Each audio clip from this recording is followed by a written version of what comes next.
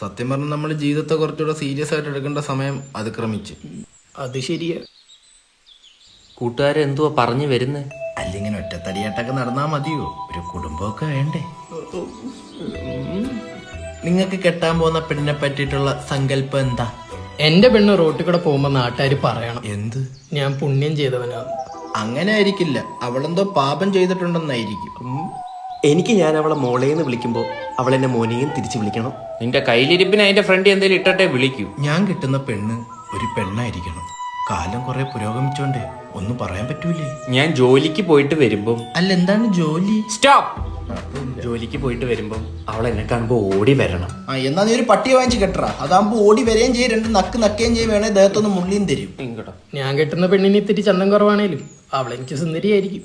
മാപ്പിളപ്പാട്ടും കേട്ടിരിക്കുക പുയ്യാപ്പിള ദുരന്തം. ഞാനിങ്ങനെ കട്ടിലിൽ കിടക്കുമ്പോ ഇങ്ങനെ ഇമ്മ വെട്ടാതെ നോക്കിയിരിക്കണം. കോങ്കണ്ണുണ്ടോടാ നിനക്ക്? ഇല്ല. ഇന്നത്തെ കാലത്ത് ഈ പ്രേമമില്ലാത്ത പെണ്ണുങ്ങളെ കിട്ടാൻ ഭയങ്കര പാടല്ലടാ. അതിപ്പോ നമുക്കില്ലെന്നും പറഞ്ഞു. സംഭവം നമ്മൾ 10 പെണ്ണുങ്ങളെ നോക്കി ഒരെണ്ണം വളഞ്ഞാലായി. അവളുമാര് 10 എണ്ണത്തിന് നോക്കിയാൽ 10 എണ്ണം വളയും. ഇമ്മ വെട്ടിയില്ലേ ഇതുവരെ? ദേ നമ്മുടെ ഭാര്യമാരുടെ സങ്കല്പം എന്റെ ഭാര്യയായിരിക്കും. If you were to marry, how much would you expect your husband to earn on a monthly basis? 5 lakhs per month. മാസം 5 ലക്ഷം എന്നല്ലേ എന്റെ ഭാര്യ പറഞ്ഞത്? സമാധാനമായി. അപ്പൊ പെണ്ണ് കിട്ടത്തില്ല. എന്റെ വാപ്പ ഒരു ചിട്ടിക്ക് ചേർന്നിട്ടുണ്ട്. ജെട്ടി പണയം വെച്ച് അതിന് ചേർന്നെന്നാ കേട്ടെ. അപ്പൊ നമ്മുടെ സങ്കല്പമൊക്കെ അത് വെറും സങ്കല്പമായിട്ട് തന്നെ ഇരിക്കട്ടെ. ഇമ്മ കംപ്ലീറ്റ് വെട്ടി.